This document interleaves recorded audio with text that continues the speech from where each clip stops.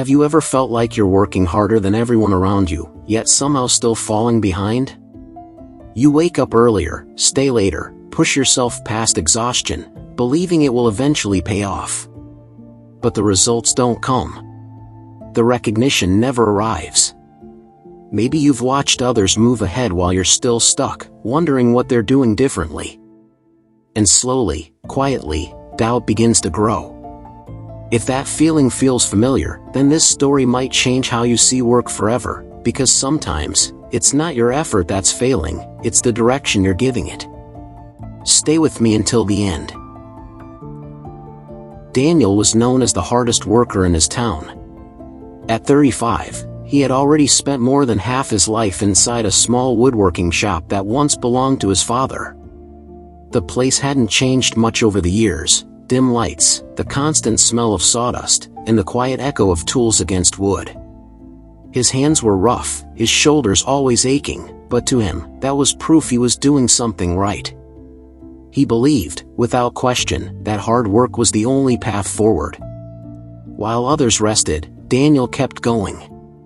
He took every order, handled every step himself, from cutting to polishing to delivery.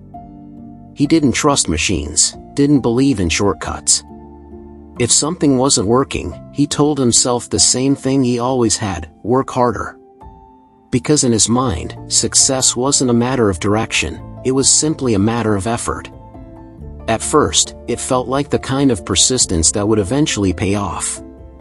Daniel worked longer hours than anyone he knew, sometimes 14, even 16 hours a day, believing he was getting closer with every passing week. But the reality began to look different.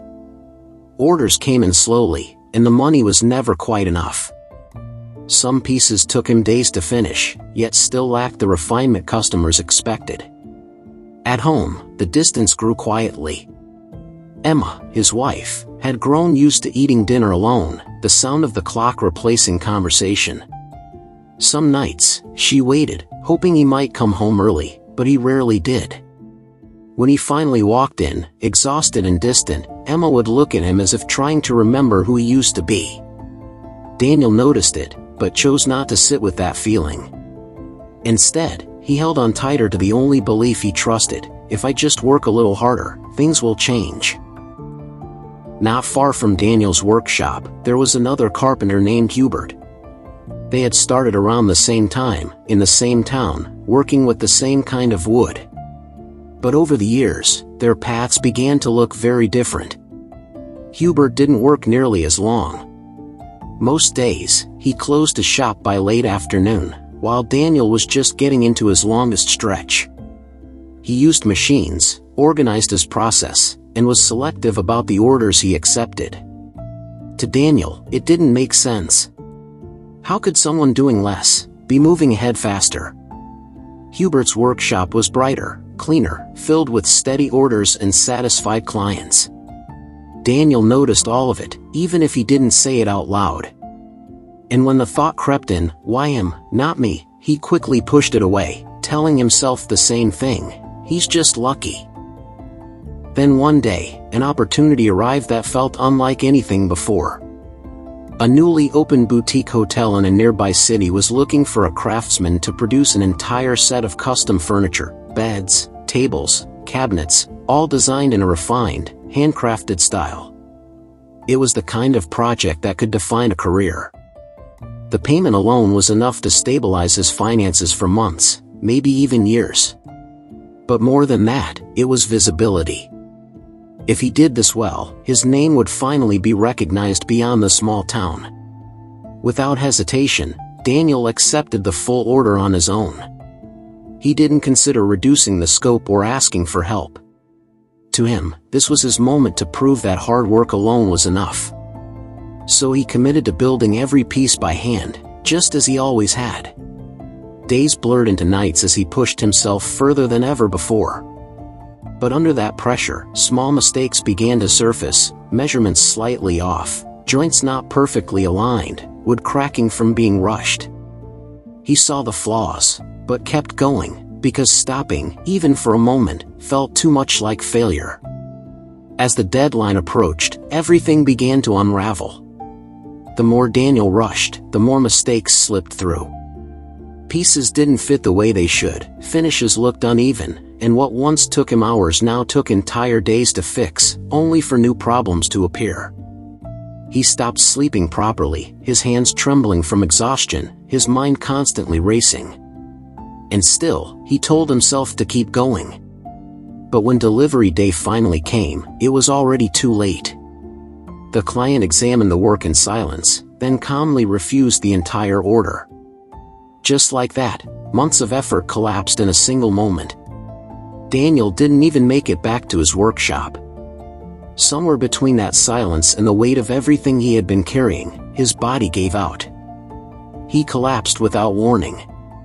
At the clinic, the doctors spoke quietly about severe exhaustion, about a body pushed too far for too long. But all Daniel could hear was one thought, heavy and inescapable: he had given everything, and it still wasn't enough. For the first time, Daniel didn't ask how to keep going. Lying in the quiet of the clinic, he stared at the ceiling, his thoughts heavier than his body. Emma sat beside him, silent, her hand resting gently near his. And somewhere in that stillness, a question finally surfaced, one he had avoided for years: why am I failing? The belief he had built his life on began to crack, not loudly, but enough for him to feel it out. A few days later, after the doctor allowed him to leave, Daniel did something he had never done before. He walked to Hubert's workshop, not as a competitor, not with quiet judgment, but with a question he could no longer ignore. The space felt different the moment he stepped inside. It was brighter, calmer, every tool in its place, every movement intentional. Hubert looked up, slightly surprised, but said nothing. And for the first time in years, Daniel didn't pretend to have the answers. He simply stood there, ready to listen. Hubert didn't start with advice. Instead, he picked up 2 pieces of wood and placed them side by side. He began working on the first one immediately, cutting quickly, adjusting as he went, fixing mistakes along the way. Then he stopped and pointed to the second piece. This time, he didn't touch it right away. He measured carefully, marked each line with intention, paused to think before every cut. When he finally began, his movements were slower, but precise, almost effortless. When both were finished, the difference was undeniable. The first looked rushed, slightly uneven, full of corrections. The second was clean, balanced, exact. Hubert looked at Daniel and said quietly, "You're not building furniture, you're fighting the wood." And for a moment, Daniel didn't respond. Because for the first time, Daniel wasn't trying to defend himself, he was finally ready to understand. Hubert didn't stop there. He walked Daniel through his process slowly, making each idea feel grounded and real. First, he pointed to his machines and said they weren't there to replace effort, but to protect it. Systems, he explained, save your energy for what actually matters. Then he showed Daniel a list of orders he had declined. Not every job was worth taking. Focus, he said, is what turns work into value. Finally, he paused at a workbench covered in sketches and measurements. This is where most of the work happens, he added quietly. Thinking time is working time. Daniel stood there in silence, realizing that everything he had been avoiding, planning, choosing, stepping back, was exactly what he needed most. And for the first time, Daniel didn't measure his day by how exhausted he felt, but by how clearly he had worked. He began applying what Hubert had shown him, not perfectly, but intentionally. Instead of relying on pure effort, he built small systems into his process. A basic cutting machine reduced hours of repetitive labor, leaving him with more energy for precision. He stopped accepting every order, choosing only the ones that matched his skill and were worth his time. Slowly, he saw the difference. And before starting any piece, he forced himself to pause, to plan, to think through each step. What once felt like delay became clarity. His working hours dropped, but his output improved. Less rushing, fewer mistakes, more control. For the first time, Daniel wasn't just working hard, he was working with direction. Months passed, and the results began to show in quiet, undeniable ways. Daniel was earning more than before, even though he worked fewer hours. His pieces were cleaner, more refined, with fewer mistakes and less wasted effort. But the real change revealed itself one evening at home. He sat at the dinner table while the sun was still up, something he hadn't done in years. Emma noticed it almost immediately: the quiet, the timing, the absence of rush. She looked at him for a moment, as if trying to understand what had changed. When Daniel met her eyes, there was a pause, something unspoken passing between them, unfamiliar but real. And in that moment, he realized this was something his old way of working could never have given him. What Daniel came to understand was something most people never question. Hard work was never the problem. It was the direction behind it.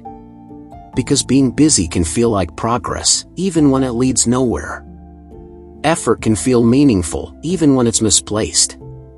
And sometimes, the hardest workers aren't the ones moving forward, they're the ones too trapped in motion to realize they're standing still.